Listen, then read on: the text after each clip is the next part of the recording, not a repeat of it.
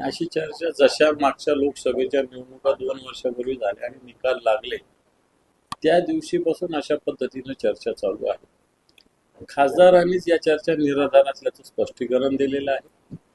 वारंवार वारंवार मला वाटतं राजकीय ज्या पद्धतीनं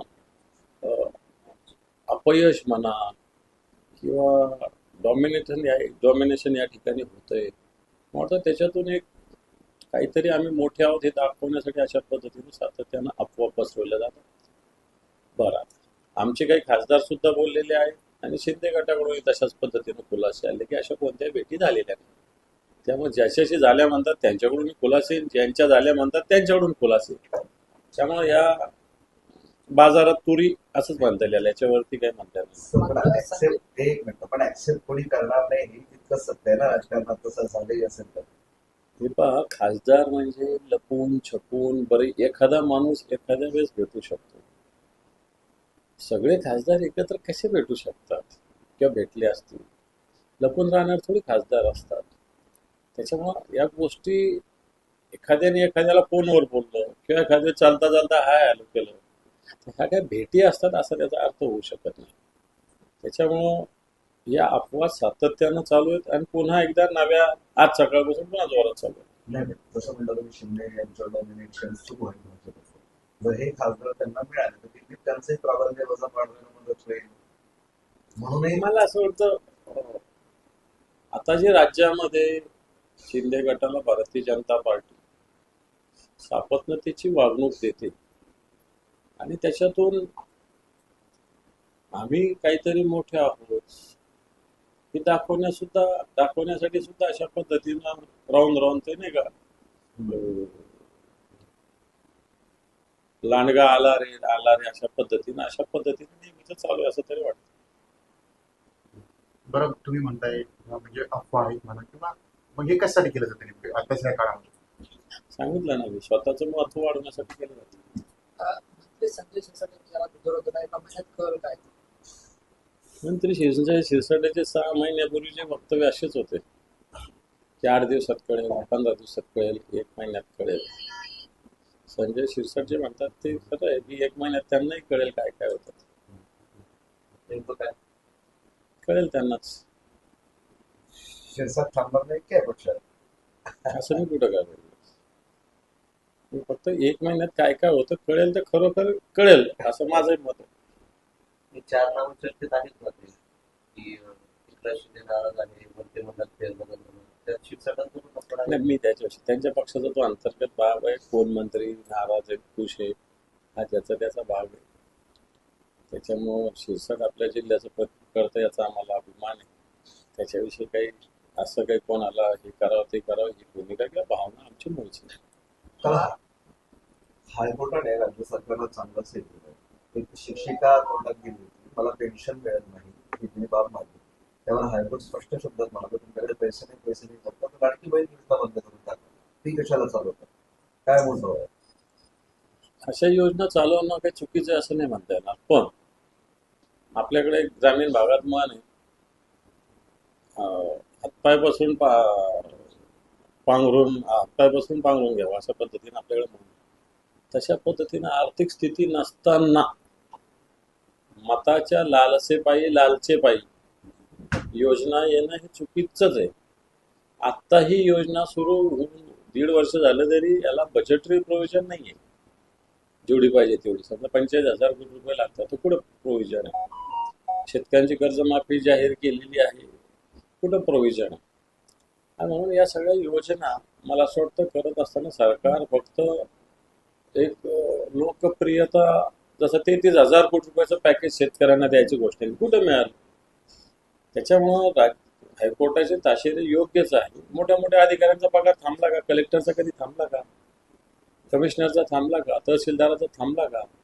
मग एक साध्या शिक्षिका पेन्शन वाटतं, आज शिक्षकासारख्या जो घटक आहे याचं पेन्शन याच्या दृष्टीनं जीवनातली महत्त्वाचा घटक असतो, तो थांबवणं चुकीचंच आहे. त्यामुळे राज्य सरकारवर जे मारलेले ताशेरे कोर्टाचे किंवा महापालिकेवर मानले असेल, दोन्ही असं, सरकार काय पालिका काय वेगळं असायचं काही कारण नाही, हे योग्यच आहे. मुंबई महापालिकेमध्ये भाजप आणि शिवसेनेच्या नगरसेवकांना 2 कोटी ते 20 कोटी पर्यंतचा विकास निधी देण्यात आला. तर दुसरीकडे तुमच्या पक्षाच्या नगरसेवकांना फक्त 25 लाखांचा निधी देण्यात आलेला आहे. हे पहा, नगरसेवकामध्ये सापडण्याची वागणूक महापालिकेच्या प्रशासनाला किंवा तिथल्या महापौरला करता येणार नाही. सगळ्या वॉर्डांना आता आम्ही अनेक महापालिका बघतो, अनेक महापालिका आम्ही चालवलेल्या आहेत. त्याच्यामुळं प्रत्येक वॉर्डाला समान निधी वाटप केलाच पाहिजे. जर तशा पद्धतीनं काही झालंच तर मला वाटतं जनतेचा दरबार आहे आणि न्यायालय आहेत, त्याच्यामुळे याच्याविरुद्ध आवाज तर उठवा. पण फक्त किशोरी पेडणेकरांना मात्र मिळालं आहे 2-3 कोटीचा निधी. हा, ठीक आहे ना, किशोरी पेडणेकर विरोधी पक्षनेत्यांना दिलंच पाहिजे, द्यावंच लागतं. पण तो एकट्या किशोरी पेडणेकरांना देऊन चालणार आहे ना. शिवसेनेच्या जसं भारतीय जनता पार्टीच्या सगळ्या नगरसेवकांना आहे त्याच पद्धतीने शिवसेनेच्या नगरसेवकांना सुद्धा द्यावं लागेल. गणेश नाईकांनी पुन्हा एकदा एकनाथ शिंदेना टार्गेट केलं आहे. झोपडपट्ट्याच्या औद्योगिक पट्ट्यातील 357 एकर पुनर्विकासासाठी एमआयडीसीने काढलेल्या निविदावर त्यांनी आक्षेप घेतला आहे. सीएमलाच अंधारात ठेवून हे असं प्रकार सुरू आहेत आणि मी या विरोधात रस्त्यावर उतरणारी भाषा. मग ते गणेश नाईक नुसतं बोलताय, ते करत काहीच नाही ना. मागच्या काय ती पार्टी काय टांगापलटी करू नुसतं मला असं वाटतं बोलण्यासाठीच भारतीय जनता पार्टीने त्यांची अपॉइंटमेंट केलेली दिसते. कृती शून्य आहे. ते कुणाल कामराने स्पष्ट सांगितलंय, माफी मागणार नाही.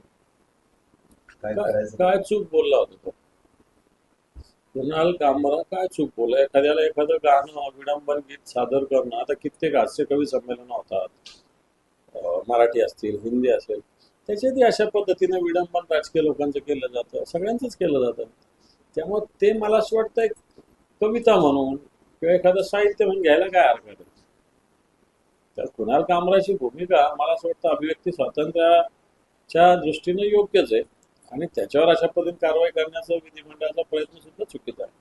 इतिहासात पहिल्यांदाच ईव्हीएमची तपासणी करण्याचे आदेश कोर्टाने दिले.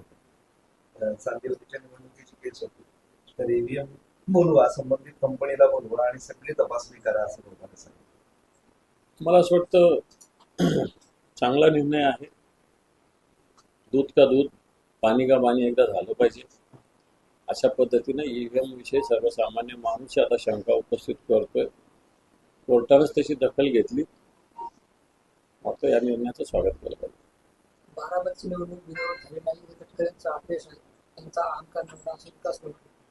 कोण म्हटलं? विकास नव्हता. तटकरेंचं काय प्रश्न? तटकरेंचं बारामतीत कोण ऐकणार आहे? लोकांना उभं राहतात. आता छोटे मोठे कोणी पक्ष उभं राहतात, परंतु उठल्या पडल्या कोणावर टीका करणं योग्य नाही. आता तटकरेंचा काय रोल आहे? बारामतीचे लोक बघतील, तटकरेंचा थोडी बारामतीत रोल असतो. नवजात करणाऱ्यांना फाशी द्या असं कालपर्यंत तोडल्या संबंधित. आता ते दोन सामंजस्य काही गोष्टी होत असेल तर त्याला फाशीवर कसं काय लटकवणार? हा, बळजबरी जबरदस्ती कोणी केली असेल तर त्याला लटकवा, कोणी असो तो. मग हिंदू असेल नाही तर मुसलमान असेल, बळजबरी कोणी केलं तर त्याला लटकवलंच पाहिजे. सामंजस्य काही गोष्टी असेल तर त्याला कोण थांबवणार? बांगलादेशी घुसखोरी आणि हे सगळं थांबवायचं असेल तर मला पंतप्रधान असं थोडी पंतप्रधान असेल. दादा, छत्रपती संभाजीनगरमध्ये गुन्हेगारीचं प्रमाण वाढले. कुठेतरी कौटुंबिक कलह आणि काल एका पेट्रोल पंपावर देखील एका मुलीचा गळा चिरण्यात आला. खरं तर इथल्या पोलीस अधिकाऱ्यावर तातडीनं कारवाई पोलीस अधीक्षकांनी केली पाहिजे. मी जे माहिती घेतली, 3 अर्ज या महिलेनं पोलीस स्टेशनला दिलेले. ही घटना काल घडायच्या 2 दिवस आधी सुद्धा तिनं पोलीस स्टेशनमध्ये 2 तास बसली होती, परंतु तिथल्या स्थानिक पोलिसांनी याची दखल घेतली नाही. त्यामुळं निश्चित याविषयी आवाज उठवला जाईल. पोलीस अधीक्षकांना मी विनंती करेल, अन्यथा याची दाद डीजीकडे आणि मान्य मुख्यमंत्र्यांकडे केली जाईल. इथल्या स्थानिक पोलीस स्टेशनच्या पोलीस अधिकारी या मुलीच्या जो खून झाला याला जबाबदार आहे. ते थांबवू शकले असते. 3 तक्रारी त्या मुलीच्या तिथं आलेल्या आहेत. म्हणून या पोलीस अधिकाऱ्यावर कडक कारवाई पोलीस अधीक्षकांनी इमिजिएट केली पाहिजे. ऑपरेशन टाइम किती आहे?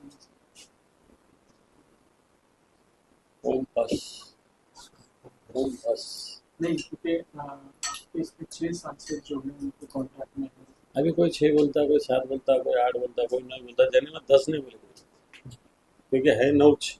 यानी वो 10 बोले नहीं अभी तक किसी ने। मैं समझता हूँ कि साल 2 साल से ये बातें ऐसी बार बार कही जाती है, इसमें कोई मतलब नहीं। कुणाल कामरा ने जो गाना गाया था उसके ऊपर माफी नहीं मांगी उन्होंने कहा। सही भूमिका कुणाल कामरा की, इस भूमिका के साथ हम हैं। उसने सच कहा था, ऐसा सच अलग अलग जगह कहा जाता है। एबीपी माझा, उघडा डोळे बघा नीट.